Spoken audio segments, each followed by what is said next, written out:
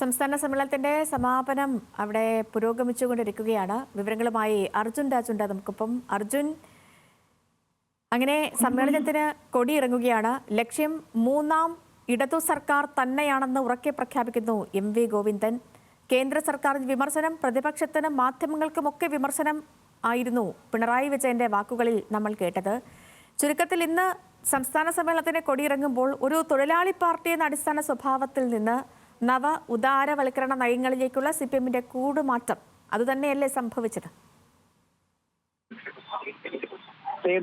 ആദ്യം പറഞ്ഞതുപോലെ തന്നെ മൂന്നാം LDF സർക്കാർ തുടർഭരണം ലക്ഷ്യമിട്ടുകൊണ്ടുള്ള ഒരു സമ്മേളനം എന്ന ഇതിനെ വിശേഷിപ്പിക്കേണ്ടി വരും. സംഘടനാപരമായിട്ടുള്ള കാര്യങ്ങൾ പുതുതായി ആളുകൾ വരുന്നത് ഒക്കെ ഉണ്ട്. അത് അതിന്റെ മുറയ്ക്ക് നടന്നിട്ടുണ്ട്. അതിനപ്പുറത്തേക്ക് പുറത്തേക്ക് വരികയും വിഷയം ഈ സംസ്ഥാന സമ്മേളനവുമായി ഫോക്കസ് ചെയ്തതും എങ്ങനെ ഇടതുപക്ഷത്തിന്റെ മൂന്നാം ടേം അധികാരത്തിൽ എത്തിക്കാം എന്ന് തന്നെയാണ്. അതിൽ ഊന്നിക്കൊണ്ടുള്ള സമ്മേളന നടപടികളാണ് ഉണ്ടായതെന്നുള്ളതാണ് ഈ കൊല്ലം സമ്മേളനത്തെ ഏറ്റവും സവിശേഷമാക്കുന്നത്. ആ സമ്മേളനത്തിലാണ് എങ്ങനെയാണ് മൂന്നാം LDF സർക്കാരിന്റെ നയം, അത് എങ്ങനെയാണ് വികസനം, ആ കാഴ്ചപ്പാട് എന്താണെന്ന് കൃത്യമായി അടിവരയിട്ട് മുഖ്യമന്ത്രി നവകേരളത്തിന്റെ പൊതുവഴികളെന്ന രേഖ അവതരിപ്പിച്ച് വിശദീകരിച്ചു. ഇന്ന് അത് പൊതുജനങ്ങൾക്ക്, അതായത് പാർട്ടി മെമ്പർമാരല്ലാത്ത പൊതുസമൂഹത്തിന് കേരളത്തിൽ എങ്ങനെ മനസ്സിലാക്കണമെന്ന് അദ്ദേഹം വിശദീകരിക്കുകയാണ് ഉണ്ടായത്. നാടിന്റെ സംരക്ഷണത്തിന്, നാടിന്റെ മുന്നോട്ട് പോക്കിന് അനിവാര്യമായ നിക്ഷേപങ്ങൾ ഏതും സ്വീകരിക്കുമെന്നുള്ളതാണ് മുഖ്യമന്ത്രി ഇന്ന്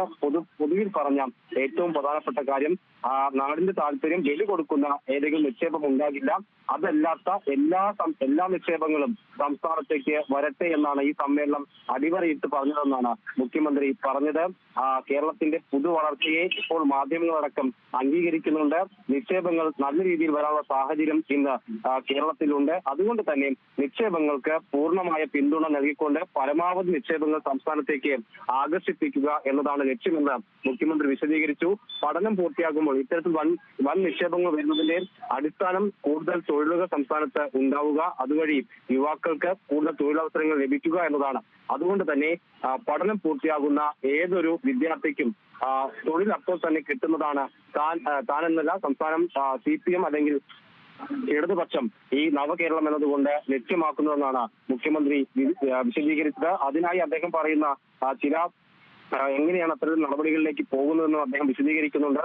വിദേശത്തെ മലയാളി സമ്പന്നരുടെ വിഭവശേഷി അത് നാട്ടിലെത്തിക്കാനുള്ള ശ്രമങ്ങൾ നടത്തും. അവരുടെ തുക അത് സംസ്ഥാനത്തിലേക്ക് എത്തിച്ച് അത് നിക്ഷേപമായി കേരളത്തിലേക്ക് കൊണ്ടുവരാനുള്ള നടപടി ഉണ്ടാകും. മറ്റൊന്ന് ഏറ്റവും പ്രധാനപ്പെട്ട കാര്യമാണ് സഹകരണ മേഖലയിലെ നിക്ഷേപങ്ങൾ അത് മറ്റ് പദ്ധതികൾക്കായി വിനിയോഗിക്കുന്ന പതിവ് ഇല്ല, അത് മാറുകയാണ്. അതിൽ ഏറ്റവും പ്രധാനപ്പെട്ടത് തദ്ദേശ മേഖലയിലെ വികസനം, തദ്ദേശ സ്ഥാപനങ്ങളുടെയും തദ്ദേശപരമായിട്ടുള്ള പ്രാദേശികമായിട്ടുള്ള വികസനത്തിന് ഈ സഹകരണ മേഖലയിലെ തുക വിനിയോഗിക്കുന്നത് അടക്കം പരിഗണനയിലാണെന്നാണ് മുഖ്യമന്ത്രി പറഞ്ഞത്. മറ്റൊന്ന് വ്യക്തി സമ്പാദ്യങ്ങൾ, അതായത് ഒരു വ്യക്തി സ്വർണം അല്ലെങ്കിൽ സ്വത്ത്, അയാളുടെ തുക അങ്ങനെ ഇൻവെസ്റ്റ് ചെയ്തിട്ടുള്ള ബാങ്കിൽ വെച്ചിട്ടുള്ള കൈവശം വെച്ചിരിക്കുന്ന തുക സംസ്ഥാനത്തിന്റെ വളർച്ചയ്ക്ക് എങ്ങനെ ഉപയോഗിക്കാം എന്ന കാര്യം കൂടി പരിശോധിക്കുന്നുണ്ട്. അവരെ കൂടി കൺവിൻസ് ചെയ്ത് അവരെ കൂടി ബോധ്യപ്പെടുത്തിയതിനു ശേഷം അവരുടെ പണം വാങ്ങി അവർക്ക് കൂടി വരുമാനം ഉണ്ടാക്കുന്ന തരത്തിലേക്കൊക്കെ പ്ലാൻ ഉണ്ടെന്നാണ് മുഖ്യമന്ത്രി ഇന്നത്തെ ഈ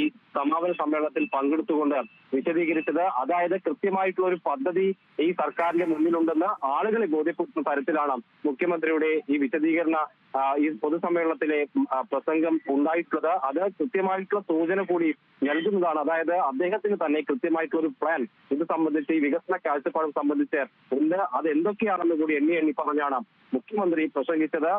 അതിനുശേഷം ഇപ്പോൾ KK ശൈലജ സംസ്ഥാന സെക്രട്ടേറിയറ്റിലേക്ക് എത്തിയ ശൈലജ ടീച്ചർ സംസാരിച്ചു. മറ്റ് ആളുകളുടെ പ്രസംഗം കൂടി പൂർത്തിയായാൽ ഈ കൊല്ലം സംസ്ഥാന സമ്മേളനത്തിന് സമാപനമാകും. ഓക്കെ അർജുൻ.